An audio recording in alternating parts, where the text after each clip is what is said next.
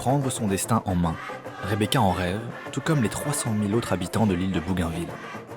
En septembre 2027, leur île fera sécession de la Papouasie-Nouvelle-Guinée et accédera à l'indépendance. Le monde comptera alors un nouveau pays situé en Océanie.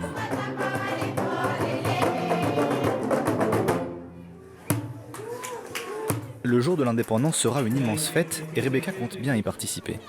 Chaque dimanche, cette ouvrière agricole répète avec son groupe de danseuses et de musiciens amateurs. Bravo tout le monde, c'était super. Encore un effort et nous serons prêts pour la fête nationale. Tu as bien dansé.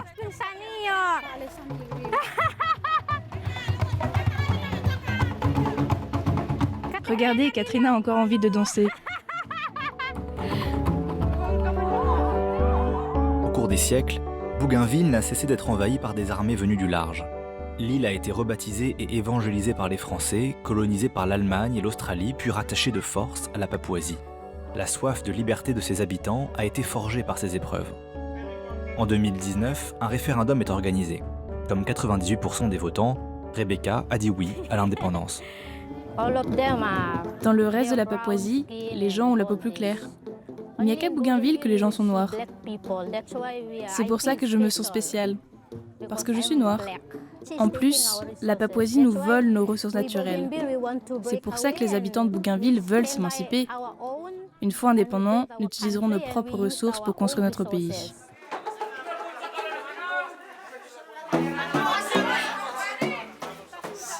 Tu es bien ici ? Non ? Ok, alors tu vas t'asseoir devant avec papa.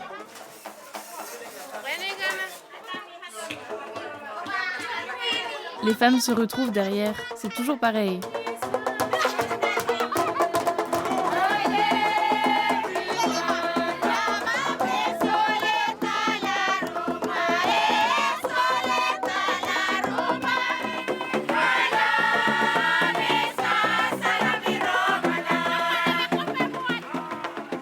Six ans ont passé depuis le référendum. Rebecca s'est entre-temps mariée avec Jackson, un agent de sécurité. Le couple a eu 2 enfants et a aménagé dans une petite maison face au Pacifique. Ce matin, j'étais renversée par les vagues là-bas.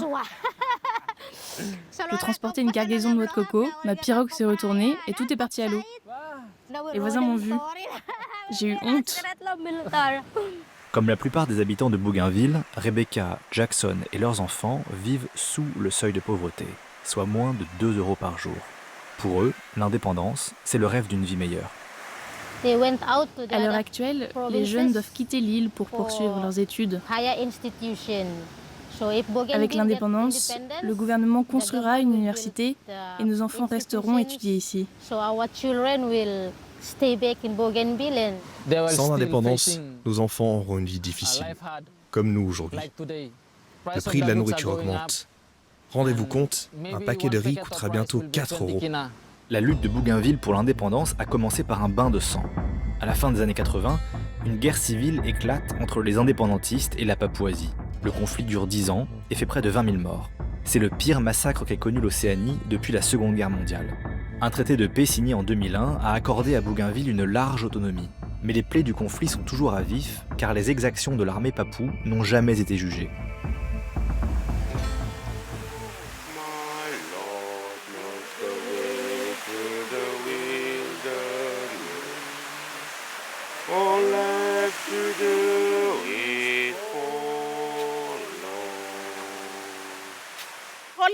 Mon Dieu, c'est ici que plusieurs de tes enfants sont morts pour Bougainville.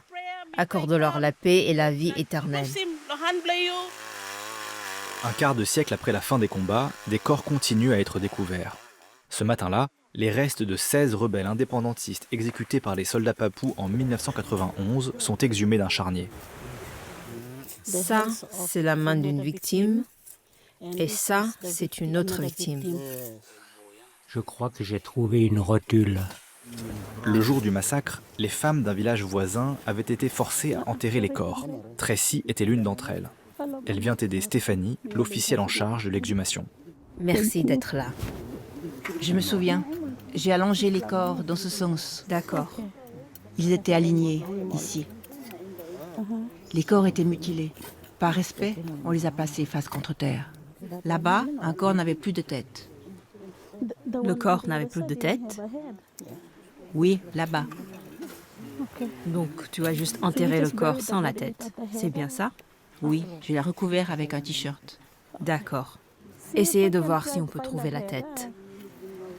Les gestes sont hésitants. C'est la première fois que ces volontaires font face à une telle scène de crime. La plupart des victimes semblent avoir été exécutées d'une balle dans la tête. Le frère de celui-ci nettoie les os. Il est très ému. Ces hommes ont donné leur vie pour que Bougainville soit libre. Si la Papouasie essaie une nouvelle fois de nous empêcher d'accéder à l'indépendance, nous reprendrons les armes. Mais je suis certain que nos leaders réussiront par des moyens pacifiques.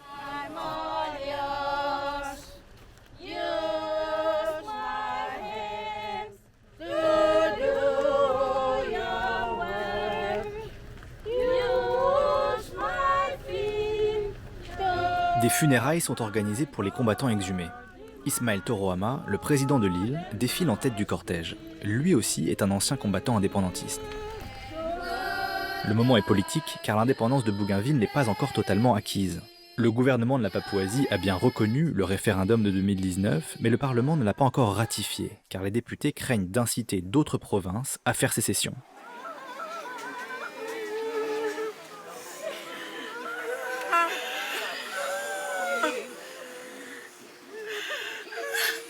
L'indécision de la Papouasie menace de déclencher de nouveaux troubles. Pour faire plier le Parlement, Ismaël Torohama attise le nationalisme de son peuple. Je me tiens devant vous aujourd'hui pour affirmer que nous allons réussir l'indépendance. La Constitution et le gouvernement ont trop longtemps réprimé les droits de la population de Bougainville. Les droits des femmes, les droits de tous. Le gouvernement de la Papouasie nous a massacrés. L'Australie aussi nous a massacrés. Maintenant, il faut passer à l'acte. Donnez-nous l'indépendance sans tarder. Que Dieu vous garde. Amen. Les discours enflammés cachent cependant un casse-tête financier. À 2 ans d'indépendance, Bougainville tire toujours 90% de son budget de la Papouasie. Pour développer son économie, l'île doit donc nouer des relations diplomatiques. Le moment est propice car le Pacifique constitue le principal théâtre de la rivalité entre la Chine et les États-Unis. Les deux superpuissances multiplient les alliances à travers la région en prévision d'un conflit à Taïwan. Depuis sa résidence présidentielle, Ismaël Torohama rêve d'obtenir le patronage de Washington. Les États-Unis sont un choix naturel car ils soutiennent la démocratie. Leur aide peut être décisive, mais c'est à Donald Trump de le décider. Donald Trump a pourtant été clair. La démocratie dans le monde n'est plus une priorité américaine. Alors comme Volodymyr Zelensky en Ukraine, Ismaël Torohama offre à Washington l'accès aux richesses de son sous-sol en échange d'une protection. Bougainville mesure environ 600 km de long. Ce n'est pas si grand, mais l'île a un immense potentiel, notamment sur le plan des ressources minières. Je n'ai pas encore rencontré d'officiels américains, mais je veux leur dire ceci. Regardez-nous, nous avons Panguna, notre mine de cuivre et d'or. Si une entreprise veut nous aider à nous développer, alors la mine est à elle. La mine de Panguna constitue la clé de l'indépendance de Bougainville. Elle fut à son apogée la plus grande mine de cuivre et d'or au monde. Tout bascule en 1988 lorsque la population se rebelle contre l'entreprise australienne qui exploite le gisement. C'est cette révolte qui a déclenché la terrible guerre d'indépendance. La mine n'a jamais rouvert. Ses immeubles, ses lieux de vie et ses usines ont été engloutis par le temps et la végétation. Seule la population locale cherche encore un peu d'or avec des moyens rudimentaires et dangereux pour la santé. Fabien Gorotoa a 37 ans. Il est l'un de ces orpailleurs de misère. Le minerai est broyé ici pendant plus d'1 heure. Puis, nous ouvrons la machine et le sable se déverse en bas. Le sable arrive ensuite sur ce convoyeur et on le trie. On utilise du mercure pour séparer l'or du sable. Plusieurs centaines d'autres locaux ont établi leur atelier au fond de la mine. Au péril de leur santé, ils puisent dans le trésor de Bougainville. Panguna contient encore 100 milliards d'euros de cuivre et d'or. De quoi assurer l'indépendance pour des générations. Toute cette zone est pleine d'or. Il y a beaucoup de gisements d'or ici. N'importe quel habitant dans le besoin peut venir ici se servir en minerai. Ça, c'est ma station de lavage. On positionne d'abord un tamis là-bas, puis on peut laver le gravier ici. Il y a plein de stations de lavage. Ici, là-bas ou encore de ce côté-ci. Pour ouvrir la mine de façon industrielle, Bougainville devra faire revenir une entreprise étrangère et chasser les orpailleurs, au risque, comme il y a 30 ans, de mettre le feu aux poudres. Le gouvernement de l'île nous a demandé d'évacuer pour évaluer les réserves de minerais en sous-sol. Nous savons bien que cette mine est importante pour réussir l'indépendance, mais il faut traiter la population de façon correcte. Les grandes entreprises minières vont venir exploiter cet endroit pour enrichir leur propre pays, comme avant. Ici, nous n'aurons rien. C'est pour cela que nous refusons que les investisseurs étrangers reviennent.